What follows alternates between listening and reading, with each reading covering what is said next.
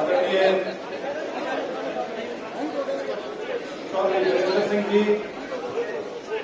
और आज इस सभा में उपस्थित सभी उनके साथी, उनके शुभचिंतक, उनके दशकों से उनकी शक्ति का स्रोत, मैं आप सबको आज इस सभा में आने के लिए आपका आभार व्यक्त करता हूं, आपका धन्यवाद करता हूं।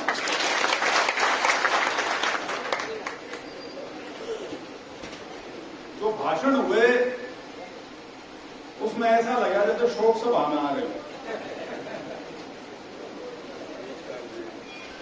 राजनीति में तो मेरे को 5 साल हुए, लेकिन राजनीति देखते बहुत समय हो गया। मुझे ध्यान नहीं कि कभी लोकसभा के चुनाव के लिए और किसी टिकट पर लोगों में इतना रौला मचा हो।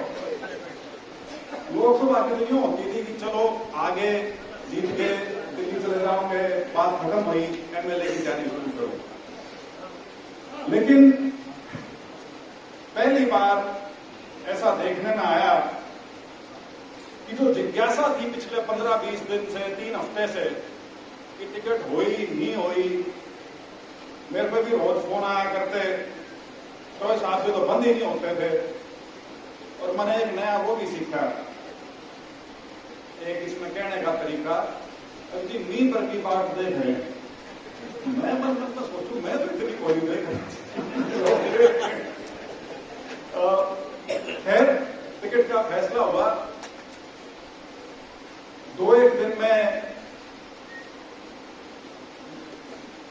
मेल मिलाप कह लो या बातचीत से मैं कतराता रहा, और शायद मैं भी कुछ दिन और ना आता।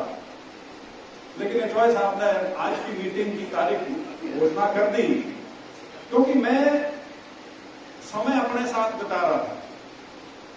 मैं ये सोचने की कोशिश कर रहा था कि क्या हुआ, कोई कमी रहेगी, बहुत बुरी बन गई, हुआ क्या। और मैं इस निष्कर्ष पे पहुंचा हूं कि कम से कम मेरे लिए बहुत अच्छा हुआ। आप सब सोचते हो कि वो पहला तो बीजेपी छोड़कर बाबा हो गया था, टिकट ना मिलकर कभी बाबा हो गया। मैं आपको कारण बताता हूं।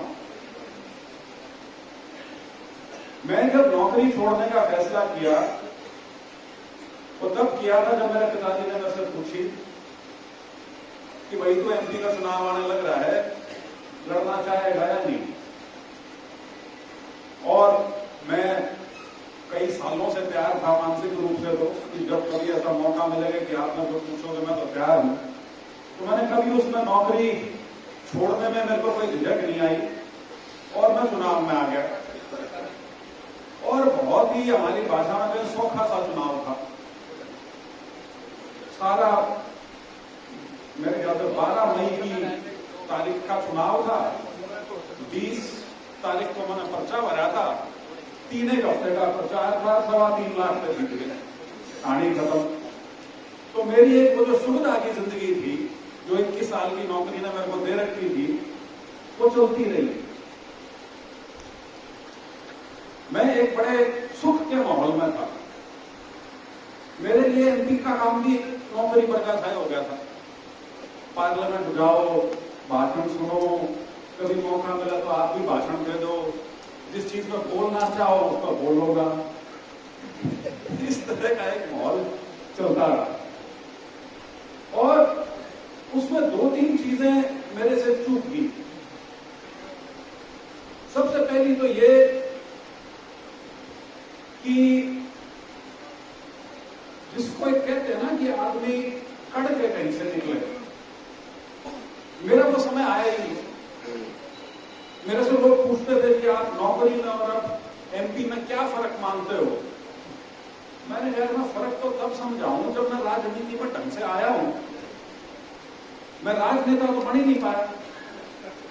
नौकरी छोड़ी, एमपी बढ़ गए, एमपी बढ़ के अब काम चल रहा है। और उसमें भी क्या है, सारा काम मेरे पिताजी देख लेते हैं।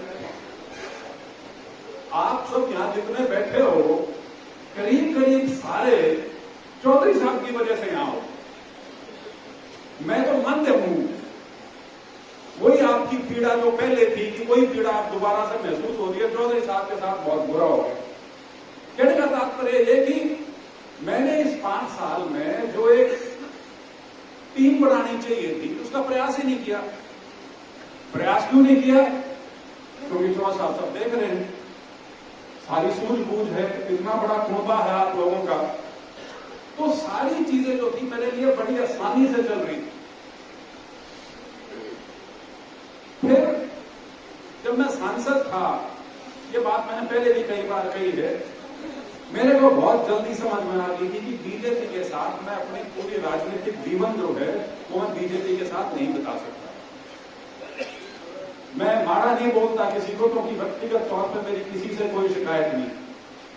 मेरे को उन्होंने मान सम्मान भी दिया, सब कुछ दिया, एमपी को बना, वो तो एक अलग बात है। लेकिन वैचारिक तौर पे, सैद्धांतिक तौर पे जिस माहौल में मेरी परवरिश हुई, जो पढ़ाई लिखाई मैंने हासिल की, ये मेरे को एमपी बनने के बाद एहसास हुआ कि ये तो कुछ गलती होगी मेरे से इस मामले में। और वो गलती होने का कारण भी सिर्फ ये था कि मैं कई साल से इस इंतजार में था कि इलेक्शन लड़ने का मौका मिले, जो तेरी नियति है तो उसके अंदर कूद जा। उस समय मैंने बिल्कुल ये नहीं सोचा था कि मैं वैचारिक तौर पर यहां एडजस्ट कभी हो पाऊंगा या नहीं हो पाऊंगा। खैर, मैं उसको ये नहीं कहता कि गलती होगी, लेकिन ये था कि मुझे अपना रास्ता ठीक करना था। और मेरे दिमाग में कभी भी मैंने कांग्रेस के अलावा कोई विकल्प नहीं सोचा। ये भी मैं आपको बिल्कुल स्पष्ट कर देना चाहता हूं, और ये भी स्पष्ट कर देना चाहता हूं कि मैं अगले 20-25 साल जितना भी राजनीति में हूं, सार्वजनिक जीवन में हूं, आपके साथ हूं, मैं इसी पार्टी में रहूंगा। मैं उत्तेजना का दावेदार नहीं होता। ये गलत काटनी या हमारे साथ बूढ़ी बढ़ गई, दूसरे की इसी तीसी करनी, फलाने का सरिया काटना, इसे में लग रहा हूं सारा टाइम। इस रवैये के साथ कहीं नहीं पहुंचोगे। जिंदगी में टिकना बहुत जरूरी होता है। मुझे अभी भी इस चीज का बोध है कि मैं पहली बार एमपी पढ़ने में दल बदलू की कैटेगरी में आ लिया, मुझे बोध है इस बात का। लेकिन ये मेरा पहला और आखिरी है, इसके बाद दोबारा नहीं होगा कभी। करने की नौबत आई तो मैं घर बैठ जाऊंगा, लेकिन अब तीसरे बार में कहीं नहीं जाऊंगा मैं। और यहां भी मैं इसलिए आया था कि इसको मैं अपना घर मानता था।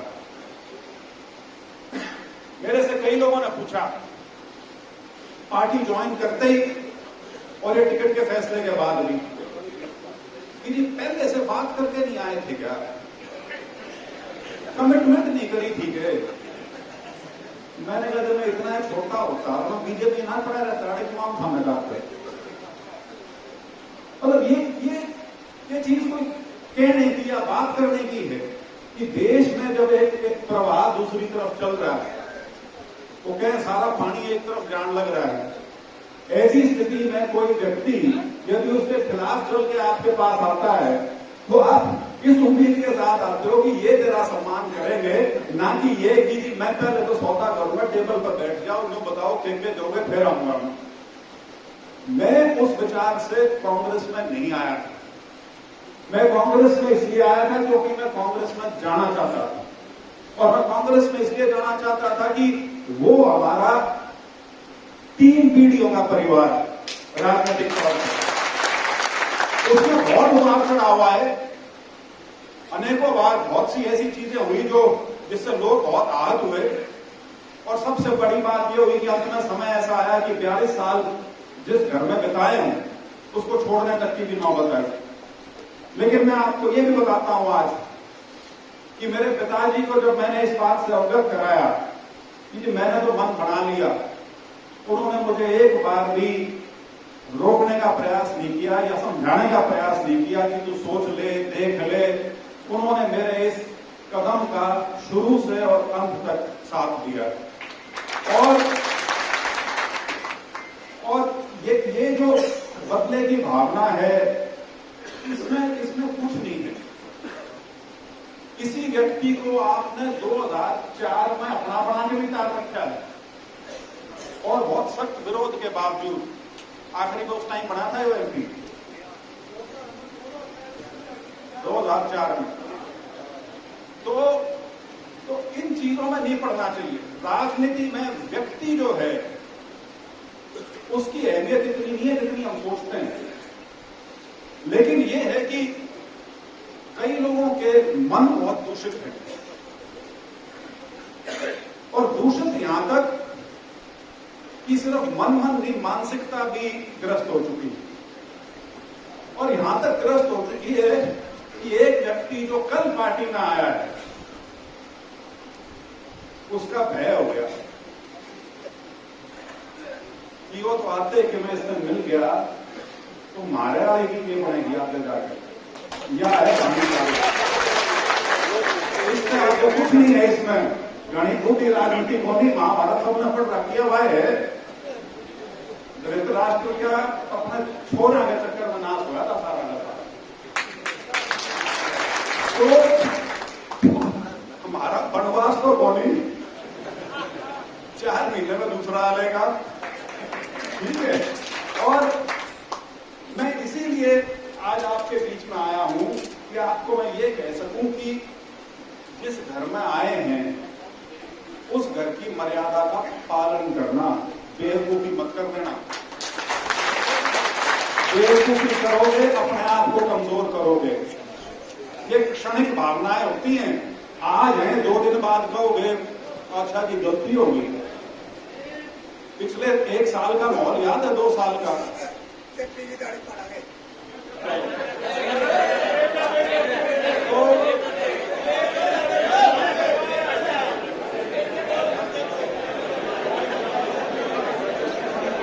छोड़ दो जी कि नहीं कांग्रेस में हो लो जी, सारी दुनिया पाछा कर रही थी। और उससे 1 साल पहले क्या था, अब जी आम आदमी पार्टी आ रही थी। कभी तूफान आने लग रहा है पंजाब में, तो तूफान आगे चला गया, पता भी नहीं लगा कब गया। फिर अभी तो बीजेपी मतलब होने की लिबरल होने की। तो मतलब हर यदि मोड़ पे आप एक नया कदम उठाने की कोशिश करोगे, कहां पहुंचोगे? सोच के देखो कभी। क्योंकि हमारे यहां बहुत है ये इस चीज का कि हम बहुत तुरंत उत्तेजित हो जाते हैं, बहुत तुरंत खुश हो जाते हैं, और कोई बात हमारे मन मुताबिक ना हो तो उतनी जल्दी हम निराश हो जाते हैं। तो इस चीज का कोई फायदा नहीं है, और अपने को समझना चाहिए। क्योंकि हम सब राजनीतिक लोग यहां जितने बैठे हैं ना, मैं अब कम से कम आप लोगों में से 2/3 को पछाणूं, और मैं जानता हूं आप राजनीतिक लोग हैं। आप ऐसे नहीं है कि एक सभा होने लग रही है और उठ के आ रहे हो यहाँ। आप सारे के सारे वो लोग हैं जो निरंतर राजनीति से जुड़े रहे, और राजनीतिक समझ आपको होना बहुत जरूरी है। मैं एक छोटा सा उदाहरण देता हूं, मैं किसी का नाम नहीं लूंगा कैंडिडेट का। 2019 के चुनाव के बाद हम हिसार में थे, चुनाव हमारा नया शुरू हुआ था, 1 दिन हुआ था, और रात को साथी बैठे थे चॉइस आपके साथ, और किसी एक बीजेपी कार्यकर्ता, बीजेपी के जो संसदीय के उम्मीदवार थे, वो अपने गामा में गए तो बड़ी उसकी मुखालफत हुई, और मारे वाले भी तारीफ की। तो देखो जी उसके साथ तो क्या बड़ी। मेरे पिताजी बोले तुम बाबा ही पूछो बेटा, समझ में नहीं आ रहा, वो जाए तो करना था कि फलाना के गांव का जावे उड़ा गाल सुनकर आवा ताकि दूसरे सारे इकट्ठे हो गए, क्या काम अपना। तो राजनीतिक लोग हो, कुछ समझा करो यार। हमेशा छाती चौड़ी करके छाती पीटने से कुछ नहीं होता। ये पीछे से उठाने में बैठे हैं, कहीं दिल्ली से ही गए थे वो, क्या है, क्या हैसियत है। लेकिन मेरे पास मेरे सारे साथियों के फोन आ रहे कि जी इनका इलाज बांधना चाहिए। मैंने कहा तुम सारे साथ हो रहे तो बढ़ गया इंपॉर्टेंट आदमी, बड़ा हो गया। जब सारे बतला रहे हो किसी व्यक्ति के बारे में तो बड़ा हो गया। इंदिरा गांधी जी जब चुनाव प्रचार में जाती थी, पार्टी तक का नाम नहीं लिया करती, विपक्ष के नेता की बात तो छोड़ी दो, पार्टी तक का नाम नहीं लेती थी। क्योंकि यदि वो किसी का नाम ले दे, किसी पार्टी का या किसी व्यक्ति का, इसका मतलब वो उसको अपने मुकाबले में देखने लग रही है आमने सामने। तो ये समझने की चीजें होती है। आप यदि किसी व्यक्ति के बारे में सारे उत्तेजित हो गए, अब ये चुनाव की बात हो रही है, उसके बारे में जो उत्तेजना है उसका कोई फायदा नहीं। इसका कोई फायदा नहीं, इसका कोई हल भी नहीं निकलना। तो ये कुछ चीजें हैं जो मैं आपके साथ कहना चाहता था।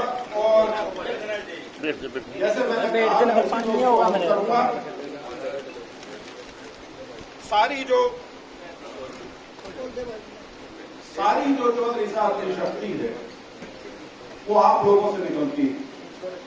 सारा जो उनका विश्वास है, सारे जो उन्होंने आज तक काम किए हैं, जो एक उनका मुखर होकर ठीक को ठीक और गलत को गलत कहने का जो एक रवैया हमेशा से रहा है, उसका आधार सिर्फ यही है कि आप लोग उनके साथ खड़े रहे हमेशा, बहुत अच्छे टाइम में भी और बुरे टाइम में भी।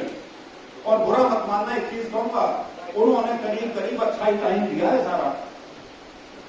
बीच में जब भी गड़बड़ हो जाए तो अपने ने घेर लें। एक हमारे इलाके की एक अलग प्रवृत्ति है,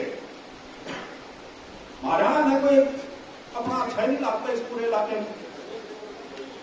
कदे सिरसा पे लाओगे,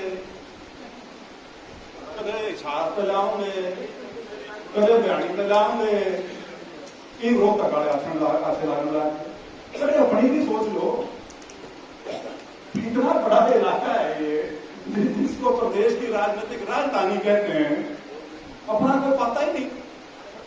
सारा सौदा भारत है, बड़ी सुथरी लागे और राम अवतार चले गए, वो तो वैसे राजस्थान से हैं।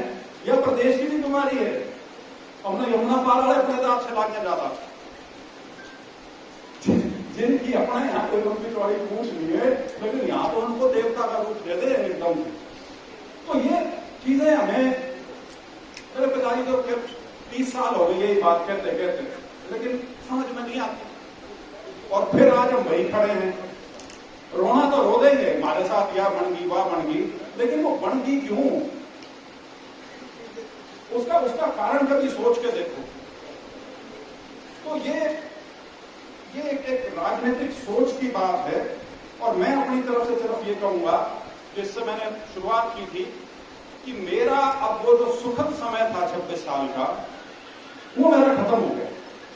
मैंने बहुत सरकारी मौज ले ली, जो पहली बार है मेरी जिंदगी में जब मैं सरकारी तंत्र से बाहर हूं, पहली बार।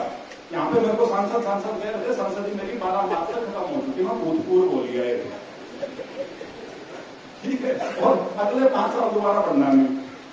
तो अब मैं अपनी तरफ से आपको यह आश्वासन दे सकता हूं कि मेरा अब आने वाला जो समय है, वो समय सही मायने में मेरा आपके बीच में बीतेगा, आपके साथ बीतेगा, और बड़ों का आशीर्वाद और जो जवान बच्चे हैं, इनको मैंने साथ लेके चलना है। एक नए सिरे से एक शुरुआत करनी है, और जिंदगी में चीजें कब पलटे कब बढ़े उसका कोई पता नहीं लगता। ये जो भी 3 दिन पहले हुई है, किसी ने सोची थी कि भी हो सकते हैं।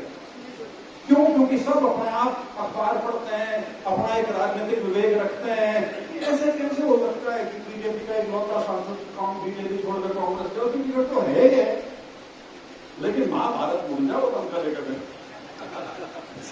सारे के सारे पाठ जो है उसके अंदर है कि जो आदमी का जो उसके अंदर से जो आवाज होती है, वो उससे क्या क्या करवा सकती है, उसका उदाहरण उसके अंदर अनेकों बार आता है। तो मेरा तो आपसे बस, मैं इसको बहुत लंबा बोल लिया, अनुरोध मेरा आपसे यही रहेगा कि संयम के साथ, विवेक के साथ हमको आगे चलना है। कांग्रेस के अंदर मैंने अपना पूरा राजनीतिक जीवन लगाना है। जो सभी साथी हमसे जुड़े हुए हैं, कृपया करके उस भाव को ध्यान में रखें। यदि पार्टी में आते ही अपने आप को अपने पांव से कुल्हाड़ी मारने का काम यदि आते ही करना है, तो वो आपकी इच्छा है। अगर किसी ने अपना पांव कटवाना तो मैं उसका नहीं कर सकूं, लेकिन उससे अपना भी नुकसान सबका होगा, किसी एक व्यक्ति का नहीं होगा। इन चीजों में ध्यान रखिएगा और अपना जो राजनीतिक विवेक है उसका इस्तेमाल कीजिएगा। भावना में ज्यादा मत बहना। मैं आपको इतना आश्वासन जरूर दे सकता हूं कि आने वाला समय मैंने देख लिए ही आसपास जितने हैं, मैं आपको आश्वासन दे सकता हूं कि आपका भाई इन सबसे बहुत भारी पड़ेगा। ये लिखते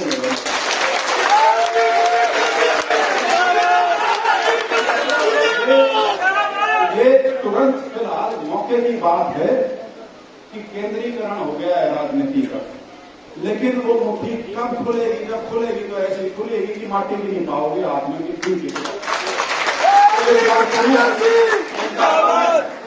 आप सब यहाँ आए, मैं इस तरह नहीं करना चाहता जबकि दुख की घड़ी में आए, कोई दुख की बात नहीं है। ये मजबूती का एक अंदेशा है जो आज आप लोगों ने दिया है। और मैं जो 2-3 दिन से जो मंथन कर रहा था, उस मंथन करने के पीछे जो सारी बात निकल के आती है वो यही है कि अगर आपका साथ रहा तो हम भिड़े रहेंगे, हम पीछे नहीं हटेंगे। बहुत बड़ी वंशावली है, छोटू राम का नाम हमारे साथ जुड़ा हुआ है। और यदि कोई यूं सोचे कि हमको हल्के में कोई ले लेगा या हल्के में निपटा देगा, तो उससे बड़ी भूल मैं उनके लिए कहूंगा वो कभी नहीं कर सकते जिंदगी में। क्योंकि ये कोई मिट्टी का महल नहीं है जो बना रखा है जिसपे 1 लात लगी और वो ढेर हो जाएगा। इसके अंदर 3-4 पीढ़ियों का खून पसीना गया हुआ है। आपकी सबकी 3-3 पीढ़ियां इसके अंदर जुड़ी हुई हैं। और 3 तो कहने की बात है, जुड़ तो 5 रही है, 2 ऊपर की और 2 तले की। तो उस प्रकार का रिश्ता यहाँ है आपस में सभी का। तो एक बार पुनः आप सब आए, आपने अपना मत रखा, आपने अपनी बात कही, अपने दिल का जो गुबार था वो निकाला। बाकी असली चीज आगे की क्या होगी वो चौधरी साहब आपको बताएंगे, सारी बात समझाएंगे। लेकिन मैं अपनी तरफ से ये कहूंगा, मैं अब चौधरी साहब की छाया से थोड़ा बाहर निकलने की कोशिश करूंगा। आपका बहुत बहुत धन्यवाद।